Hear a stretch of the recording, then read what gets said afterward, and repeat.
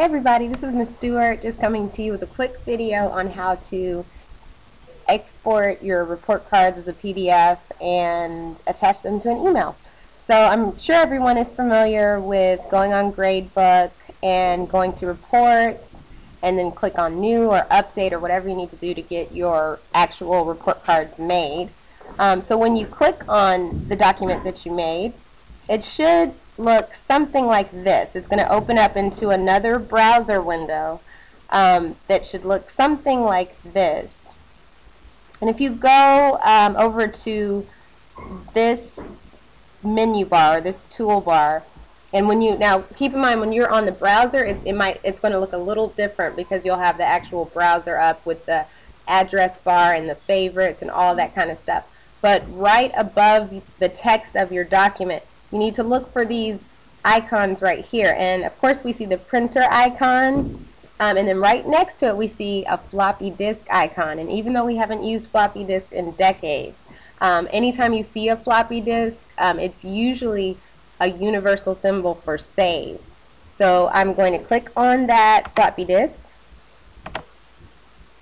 and then I have my desktop open. My computer defaults to the desktop, and I usually find that when I'm going to turn things around really quickly, I do go ahead and save it to the desktop because it's just quicker that way, and then I can go back later and clean it up and delete the things that I don't need. So I'm going to call this something like first 9 weeks report cards.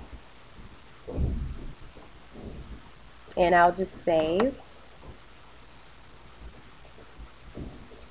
And one of the biggest things that trips people up is saving the document. I find that's the biggest thing that people have trouble with attaching the documents. One thing to note about your desktop, and we can see that document that I saved is right here. I'm kind of moving it around. I like to not keep a whole lot of different documents on my desktop so that things will be easy to find when I need to turn them around. If you do keep things on your desktop, it's great to have folders just so that you know where everything is. So also when you need to find something, you know where it is. And that's going to be really helpful when we go to the step of actually sending the email. So this is my Outlook email, and I'm going to click on New. And then we'll go up to our address box and type in who it's to. For my subject, I would probably call it something like Stewart first 9 weeks report cards draft, just so the assistant principal knows that it's a draft, and if he has comments that he can make them. If he wants to print this out, he can print it out and write them on there, or if it's small enough comments that he can email them back to me. So then the next step that you want to look for is this paper clip. This actually makes a lot of sense because you're going to attach your file. So just look for the paper clip. There goes that floppy disk again. We don't want to save a draft of this. We just want to attach the file. And so this is where it comes in handy that I don't have a ton of different documents on my desktop, because when I go to browse, I've got all these programs already on here, and so it's a lot easier to find my document when I know I'm not looking through a sea of documents. So I only have one PDF, so I also have that visual to go with. I don't have to just be looking for what I named it, which was first 9 weeks report cards, but I also have that image of that Adobe Acrobat, that red and white.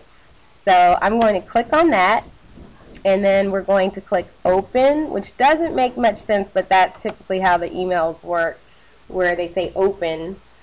We don't need to choose any more files. That's the only thing I'm attaching right now. And then I'm just going to click on attach, and voila, I have a PDF attached to my email. So once again, you go back up here and address it to whomever you want to send it to, and here's where you put your text. So I hope that you have gotten something from this video, and remember, it's just 12 more days until spring break, so hang in there, and good luck with your report cards.